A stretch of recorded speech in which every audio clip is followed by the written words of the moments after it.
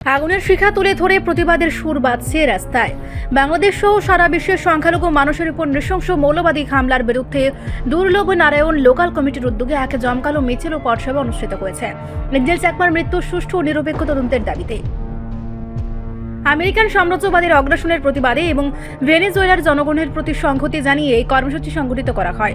মিছিলে অংশগ্রহণকারীরা হাতে হাতে ঐক্যবদ্ধ হয়ে স্লোগান দিয়ে রাস্তা অতিক্রম করেছেন। প্রতিবাদের আওয়াজ থামবে না, এই আওয়াজ ছড়িয়ে পড়েছে চারিদিকে।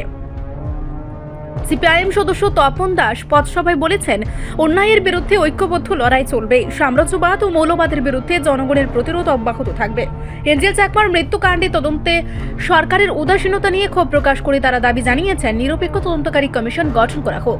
আমেরিকান সাম্রাজ্যবাদের ভেনেজুয়েলার চলা অগ্রাসনেরও তীব্র নিন্দা করা হয়েছে। বাংলাদেশের সংখ্যালঘুদের উপর মৌলবাদী হামলার ঘটনাগুলোকে চিহ্নিত করে বলা হলো, এমন নৃশংসতা বিশ্বব্যাপী থামাতে হবে। লোকাল কমিটির নেতারা জানিয়েছেন, এ ধরনের প্রতিবাদ কর্মসূচি ভবিষ্যতেও চলবে।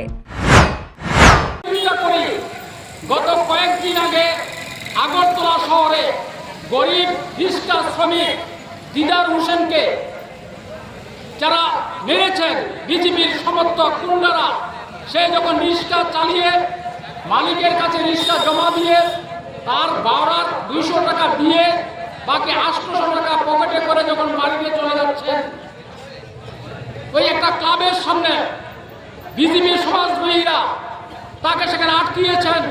তার নাম জিজ্ঞেস করেছেন, যখন বলেছে আমার নাম দিদার হোসেন, আমার বাড়ি উদয়পুরে, আমি এখানে বাড়া থেকে আগরতলা শহরে রিক্সা চালাই, তাকে অগত্যভাবে মেরেছেন।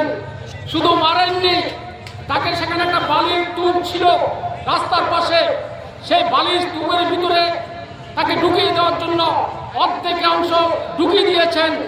সে বুঝেছেন যে এখন তার মৃত্যু ছাড়া কোনো রাস্তা নেই। বাধ্য হয়ে তার সমস্ত শক্তি প্রয়োগ করে এখান থেকে ছুটে কোনো রকম রক্ষা পেয়েছেন। সুনির্দিষ্টভাবে এফআইআর করেছে, আজ পর্যন্ত একটা আসলে গ্রেপ্তার হয়নি। ওই যে কমরেড ভূমি বলেছেন। রিপোর্ট সংবাদ প্রতীক্ষা।